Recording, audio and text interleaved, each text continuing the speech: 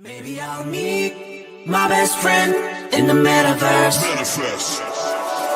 Touchdown like an alien, trying to find a way I can stay in a new town, see a glass house with a stadium. Hey, and welcome to the Omakase Show webinar series. My name is Wola or Rowena, and today we have quite a special episode. So basically, we are redoing the episode we already had. Due to technical issues, it wasn't saved properly, so no sound. So the guest was amazing. I enjoyed the webinar a lot, so we decided to redo it eventually.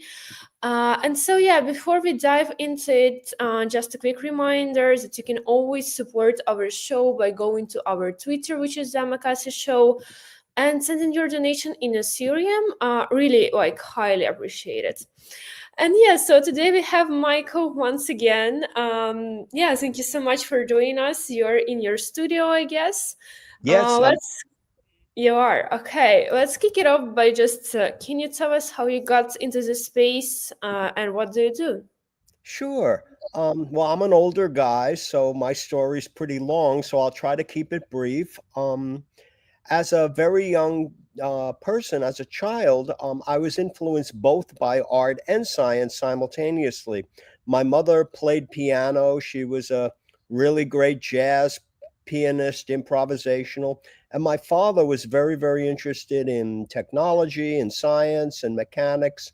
So I grew up never really seeing differences. I saw them as a type of continuum where one leads into the other. Now, my father would have wished that I had become a scientist, and for a while I was heading in that direction. But I switched gears. I played rock and roll guitar for a while, and I was a photographer, and I discovered video. And throughout that process, while I was still thinking of becoming a scientist, I did an internship while I was in college at a medical school, the Albert Einstein College of Medicine, where I was introduced to very, very early example of what we would now call the internet. They called it MedNet at that time, and they hooked up probably about a dozen medical schools in the United States. But I saw very early on how we were going to live in a networked world. So as an artist, I kept that in mind to the point where when I could begin experimenting early on with networks, before there was availability to use the internet for regular people, we did things in the early 1980s called BBSs, electronic bulletin boards. And then I did my first experiment with an international communication with what would now be called the internet. It's before the World Wide Web. In 1987, hooking up West Hollywood, California, which is a part of the Los Angeles County area, with Sri Lanka, with science fiction writer and scientist Arthur C. Clarke. And then by 1990, I was experimenting with a group called Electronic Cafe International, doing what we would consider very crude versions of what we're doing right now with what we would take for granted. One thing that people need to understand is that art has always played a very big part in the evolution of science, and that often it's been artists who imagined what the tools could be. And these two artists, Electronic Cafe International, which is Sherry Rabinowitz and Kit Galloway, saw decades before corporations really did that the world could be connected. They did it as art experiences, and now we take it for granted. And there are so many, many examples of how art and science inspired each other, informed each other. And so I just got caught up in that whole thing. So my work, I'm a video artist, I'm a digital artist, although I don't like those terms. I just prefer people call me an artist. But I've always used whatever tools I could, and the best tools I could get. And so, of course, that meant I kept evolving more and more into the digital world. Definitely. And so, in general, you already touched upon this, but in your opinion, How does science and art interact? How they complement each other? What is the intersection there? Maybe some examples that you've seen, because in my head, like the biggest example is Leonardo da Vinci, who kind of worked with anatomy of human body, a lot of inventions on his side, but maybe you know something else and you can just guide us through this. Sure. So for me, there are almost no art forms that don't use some sort of art, technology or science. So I always give these cliches. Imagine the Great Sphinx in Egypt. Now, the Great Sphinx is considered the largest sculpture in the world. Sculptures are art pieces. But how could you have made that without a knowledge of geology, mathematics, engineering, or the great Benin bronze sculptures in Africa? How could you have done them without metallurgy? How could you have even made oil paint during the Renaissance without botany and chemistry? The fact is that art is a brilliant application of science. We used to say, oh, it's old timers in the early days of the internet. We used to think of certain things, we used to call them killer apps, an application that's just so good it changes everything. Well, art has been a chronicling, an evolution of adopting the greatest ideas in science and vice versa. So during the Renaissance, Brunelleschi, the great architect, is credited with um, inventing perspective, the idea of being able to capture in two dimensions, three-dimensional spaces. Now, that obviously allowed for Duomo, the great cathedral in Florence, but it also allowed for a great series of advancements in engineering. And for me, the industrial age could not have happened the way it did without the discovery or the invention of perspective, which came from artists. More recently, a lot of the early computer artists would inspire the engineers to push to develop software to make imaging. And the idea was that, so let's take, for example, early digital artist David M. David was the first artist in residence at the Jet Propulsion Lab. And he, working with Dr. James Blinn, developed a number of ideas that became both usable for artists and usable for scientists. So to me, they always have interacted. There's actually right now here in Los Angeles, in the whole region, the Getty, which is the largest, most affluent cultural institution on the planet, is doing this huge initiative called Art and Science Collide. And I love the Getty. I'm proud to, be shown by them next year. I think they're an amazing institution, but I take exception with the term art and science collide. I don't believe they collide. I believe they inspire each other. I believe they inform each other. Dare I say, and I'll be clean on your show, art and science make love to each other. They complete each other. And to me, the more we see that there is no place where art ends and science begins, there we go.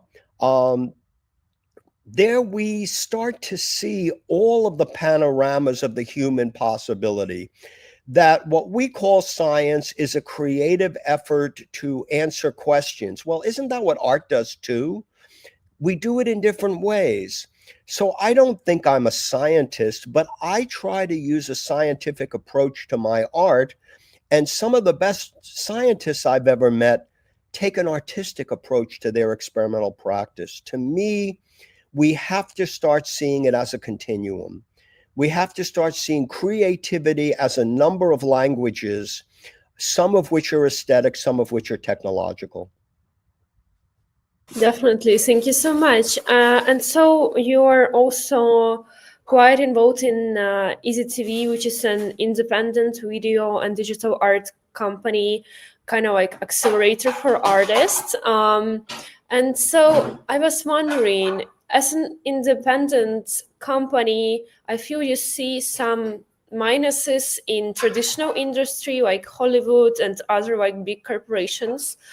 So what are those minuses that you kind of see and try to, I don't know, to overcome with your production company? Yeah, so I try to like see the good in everything, and I think Hollywood does a lot of good things, and it does a lot of things very well. But there are certain things that it can't do easily.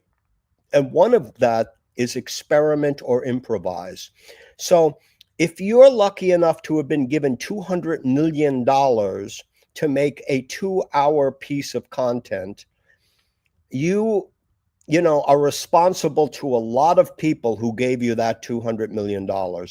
And for me, one of the things that we can do at Easy TV that Hollywood can't do, and I'll explain the West Hollywood side in a minute if you want, is that we can turn on a dime. We can, in the middle of a shoot, say, "Hey, wait, let's do it completely differently." Hollywood is very bad at that. Hollywood, because everything is so tightly budgeted and things are so expensive, everything has to be really worked out. The script, the staging, the studio rental, the rehearsals. And for me, what we can do, since we make our projects for very little money, in some cases no money, is that we can be more like jazz than more like classical music. So classical music, you have a score, you have a conductor. Jazz, you have a bunch of musicians listening to each other and influencing each other and inspiring each other. The West Hollywood sign was a joke that turned into something very serious. So I come from the South Bronx, and for those of you in other parts of the world, you may not know, the South Bronx, when I was a young man, was the poorest county in the United States. It's also where hip hop was born because of that poverty, because people couldn't afford expensive equipment and sound systems. They took their stereos, they took their turntables, and they turned it into musical instruments and changed the world. So they also, graffiti also came out of the South Bronx and proliferated around the United States and later the world. And so in 1986, which was the anniversary of the invention of videotape, as a joke, I decided, without asking permission, on the hill next to Easy TV to put up as a piece of sculptural graffiti, a joke, a large parody of the Hollywood sign, and called it West Hollywood because we were in the city of West Hollywood, which many of you should know was America's first openly gay city. I'm a straight guy, but most of the early people at Easy TV were gay men, many of whom died during the AIDS pandemic. So we put that up without permission. I expected we were going to get fined and told to tear it down. Instead, the city embraced it and they fell in love with it. And it became a symbol for diversity, for creativity, for seeing beyond the standards. And it stood there for about 5 years. People kept stealing the letters, and stupid me would keep remaking the letters until I got sick of remaking the letters. And I just let it got stolen, one letter at a time, until it completely disappeared. One of my great regrets is I didn't keep one letter, but somehow it inspired the community. And to me, Easy TV is to Hollywood as rock and roll is to the big band era. The big band, they can do beautiful nuances, harmonies, chords, you know, all kinds of amazing things. Rock and roll's a little bit more visceral, a little bit more raw. So are we. So to me, what we're doing right now, what people take for granted when they make a YouTube video, when they make a TikTok video, really the DNA of that more has to do with Easy TV's philosophy than Hollywood's philosophy. The fact that you can pick up one of these and make a movie, that really is in the philosophy of Easy TV. I see, like empowering people to be creators themselves, Yes. in a way. Okay. And so I know your work was exhibited at extremely prestigious institutions, including Pompidou and MoMA in New York. Can you just share this experience? And in general, was it a commissioned work that you had to create for an institution, or was it some of your already created work that was picked up later? Each case was different. So for the Pompidou, two curators, Sibylle de Lorenz and Pascaline Murakami, they put together a series of four events and then a month-long exhibition based on the history of EZTV. And they showed a lot of things. They had some screenings. They had a lecture. So the last event, my late partner Kate Johnson and I gave a 2-hour lecture in which work was showing. So that was stuff that already existed. For the Museum of Modern Art, I collaborated with a producer director named Mike Kaplan, and we showed a documentary that was arguably the first digital film shown at the Museum of Modern Art back in 1997, which was a documentary on an early Hollywood actress, not very well known, not real or not silent film era, more like 40s, 50s. A woman named Ann Southern, and Ann was a comedian, but she was also among the first female producers in Hollywood. And we did a documentary on her life. We got to interview her shortly before she passed, along with a number of other people. And for that, that was more like a commission. We premiered the piece there. So each case is different. And in March of next year, Red Cat in Walt Disney Concert Hall, which is one of the premier venues on the West Coast of the United States for experimental theater and experimental cinema, they're going to show a lot of my very early work. So that's a lot of times now as I get older, unfortunately, people want to see the old stuff, but I still get to make new stuff, and I'm excited for when people get to see the new stuff because hopefully I think it's better, but I'll leave that to others. And it's actually sad that kind of the market impacts artists in a way. They're telling them what artists should do, what was more successful or more interesting. But in a way, you had a really long journey in art and creative fields. If you were to share tips for emerging artists, what those tips would be? So many years ago, I was quoted in an interview by saying, when somebody asked, what advice would I give? And I said, push the wrong button. I think if you follow the trends, you may succeed, but you may really basically replicate what's already happened, which is fine. We need new examples of old ideas, but we also need new ideas. And sometimes the way new ideas happens is by doing something that previously was considered wrong. And by that, you expand the vocabulary, you expand the toolkit, you expand the way people do things.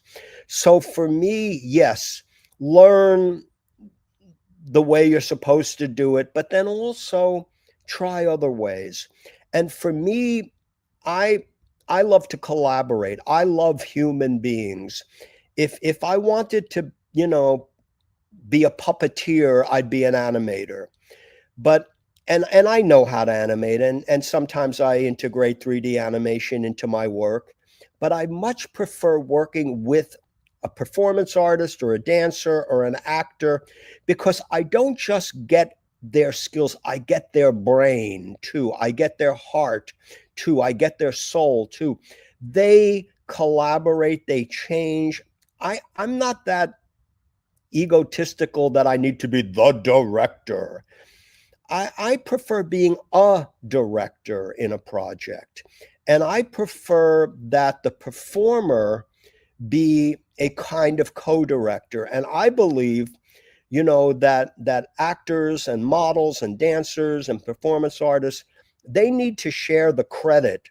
I think directors get way too much credit and performers don't get enough credit, because so much of what we see is the performer's invention.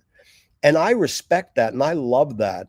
So for me, I encourage younger people to play with other people, to build little teams and collaborate and think like jazz, improvise, listen to each other.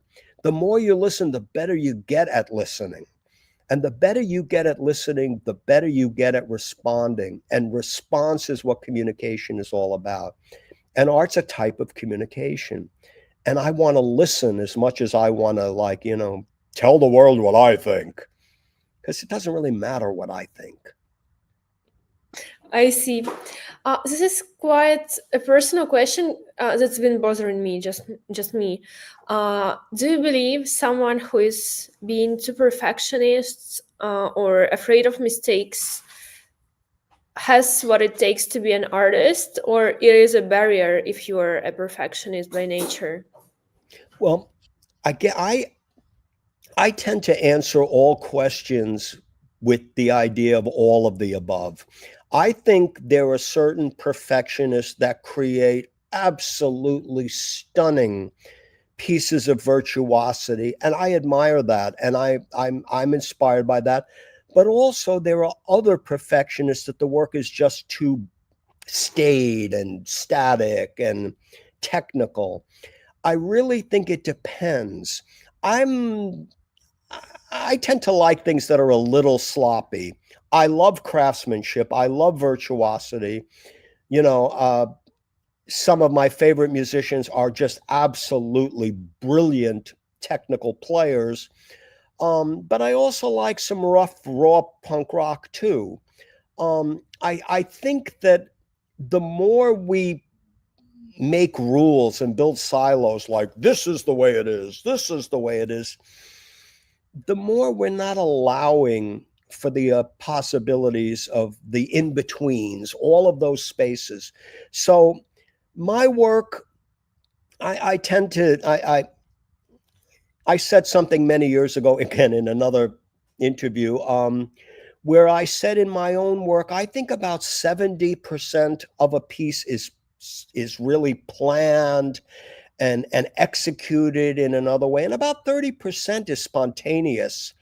And sometimes the spontaneity is not perfect. It's like in jazz and in blues, to the old Eurocentric musicians, blue notes were bad notes. They were flatted. They were flat, but they just sounded great. And so I think we have to know the rules, apply them when it makes sense, and ignore them when it makes sense. And then I just think that's the way to be, is to be more improvisational and less mechanical. Thank you so much. Okay. I know you, prior to Art Basel this year, at the end of November, you organized DNA Festival.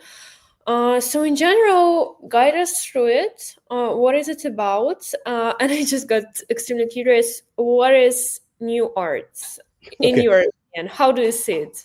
All right. So this year, 2024, which we are almost at the end of, but as we're recording this, we're still in 2024, is the 45th anniversary of the beginnings of Easy TV, the little group that I was a founding member of. I didn't start it, but I was one of the founding members. It's also the 40th anniversary of us working with a group called SIGGRAPH. And for those of you interested in digital art, if you don't know SIGGRAPH, you need to.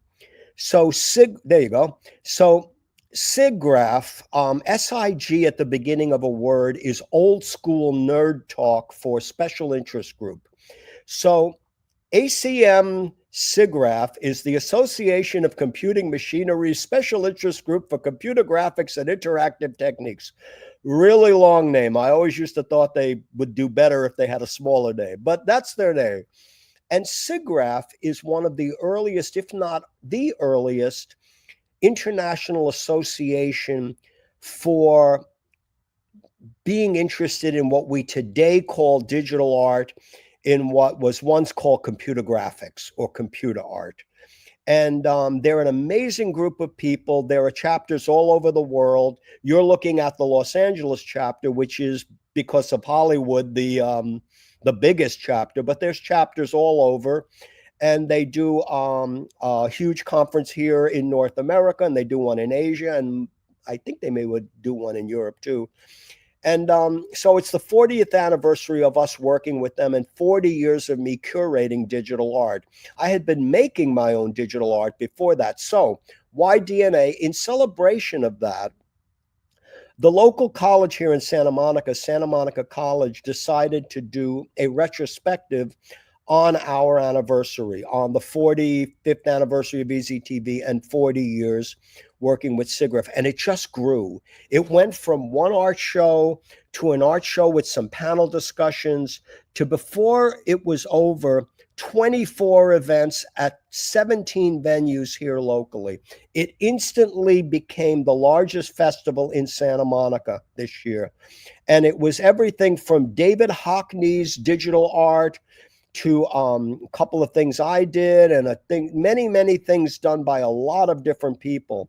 And why new arts? Because it is new. Because a lot of this work could not have been done 25 years ago. In some cases, a lot of this work couldn't have been done 5 years ago. We think about the amazing, rapid adoption around the world of AI in imaging, in text, in music.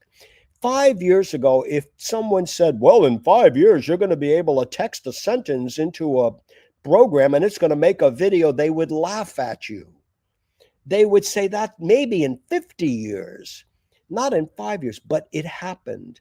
So they are new arts. Now, that doesn't mean I have anything against traditional media. I'm just as, I pick up a pencil. I still pick up a screwdriver. I use whatever tool seems to answer the question the best. But of course, more and more, the best answer to the question involves a computer in some way.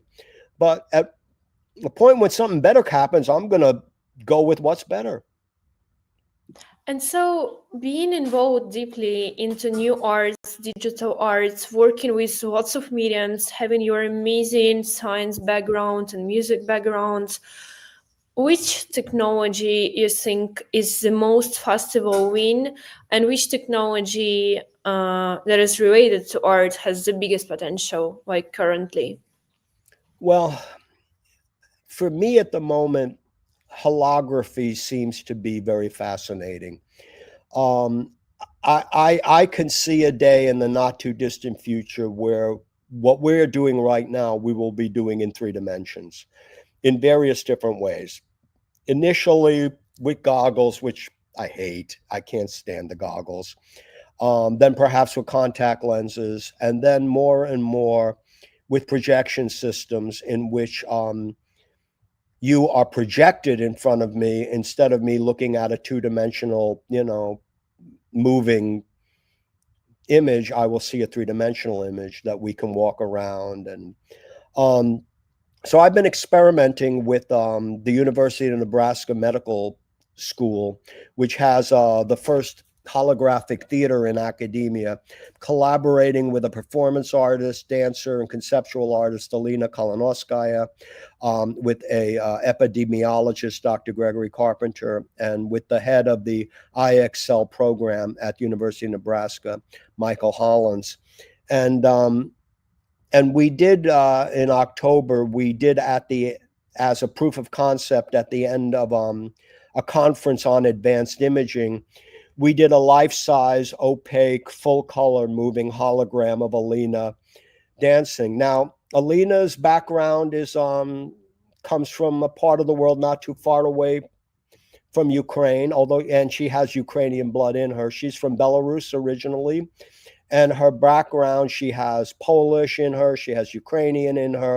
She also has Ottoman and Tatar and Roma in her, and she creates modern conceptual performance art pieces that reflect and are inspired by her diverse cultural background. One tradition of which in that part of the world, in your part of the world, is dancers dancing on the head of a small drum. So we had her do a hologram of that, and it was shown. Apparently, people really liked it. And we're going to expand on that. Now, that's only one of a many, many, many different things that are happening. I'm also very, very interested in how interactive art can affect things. And then for that, I would have to go more with CG, more with digital imaging and digital animation rather than working with a live performer, because obviously to create the data sets to integrate every action within a live human being, that's a lot of number crunching. So, but we are entering a world. Think of the amazing work like Rafik Anadol is doing, all the incredible things happening, even the things happening more in static 2D, like in the NFT world with Web3. We are entering a world of more and more possibilities where artists have more and more ways to do whatever they want, and I think that's got to be good. It should be good. There is a person I really want to introduce you to. She was a guest at my webinar. She's from Ukraine. Her name is Irina, and she's a professional dancer, choreographer, and she kind of combines modern technology, AI, and dancing. So Fantastic. I completely forgot the name of technique, but this is basically This is great. geographical forms, and you're doing them with your body. She was actually even doing a small class for me during the webinar. So she's extremely talented. I think you should know her. Like I Oh, this wouldn't is be surprised. fantastic. We would love to show this work next year at the next DNA. I The know, like especially like this work. Sorry to interrupt. Like she goes around the city and she sees a geometrical form that she enjoys, and she tries to recreate it with her body. That's fantastic. That's Yeah. fantastic. About a decade ago, we were working with an artist in the Netherlands, Vanessa Blaylock, and people think that like what they call the metaverse, what Mark Zuckerberg showed disastrously a couple of years ago, is new and the future. But well over a decade ago, there was a program called Second Life that millions of people used, and it basically was back then what people think of the metaverse today.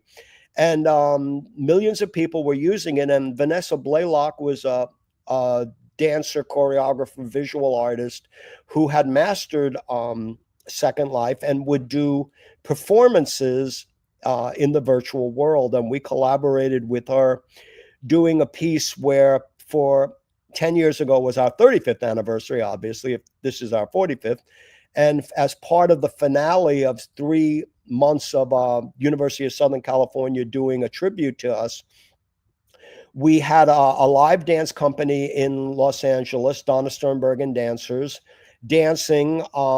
And simultaneously, Vanessa was watching the dance via a smartphone. 10 years ago, the smartphones were not as good as they are today, and would immediately send back animated digital dances in response, which we projected on a huge balloon up in the sky and on buildings. So we're very, very interested in the intersection of dance and technology, and have been for many decades. A lot of my earliest work was collaborating with some of the earliest large-scale projections in Los Angeles, working with dance. So I'd love to meet your friend and hopefully get her involved.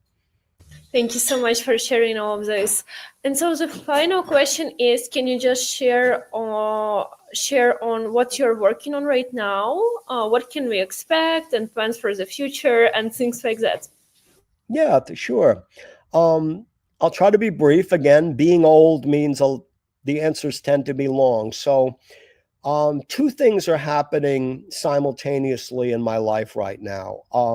People are discovering the past, and they're allowing the future. So, I mentioned in March there will be a retrospective at Red Cat Walt Disney Concert Hall of some of my early work from the 80s into the early 90s as one half of a group called Vertical Blanking.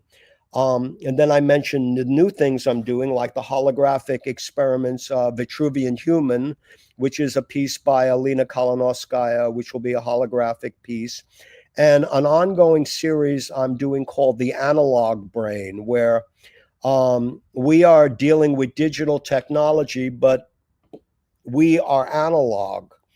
And whereas there are zeros and ones, and when quantum computing comes in, there will be a far more advanced system. And I refer you to Dr. Mark Carney in the UK for some of the greatest ideas of where that's going. But I'm interested in the human condition, and I have for many years been collaborating with performance artists, mainly women, who were brave enough to divulge their traumas, their grief, major problems in their life, and how they overcame them. So this project, The Analog Brain, continues. We did a show in September and October as part of the Getty's PST. We will be doing a book based on that, and also working on a documentary on performance art with a legendary performance artist, the Dark Bob, in which we have been honored to have some of the great local performance artists, Suzanne Lacey, Barbara T. Smith, John Fleck. So I try to do as many different kinds of things as I can and not do one kind of thing, because I get bored easy, and I like to keep excited. Michael, thank you so much. Again, Thank you. I described you as highly educated guest when sharing this, like our first webinar on social media, and I really appreciate that you had time again to redo it. And thank you so much. We are definitely staying in touch. I think there is definitely an idea to redo it in a year once you have more to share. And yeah, so thank you so much for your time. Have an amazing Christmas if you're celebrating one. Likewise. All the best for the holidays. Merry Christmas, Happy New Year, and Slava Ukraini. Oh, wow. That's a good one. Thank you so much. Bye. Thank you. Long live Ukraine. All the best. Thank you so much. The only friend I'll ever need.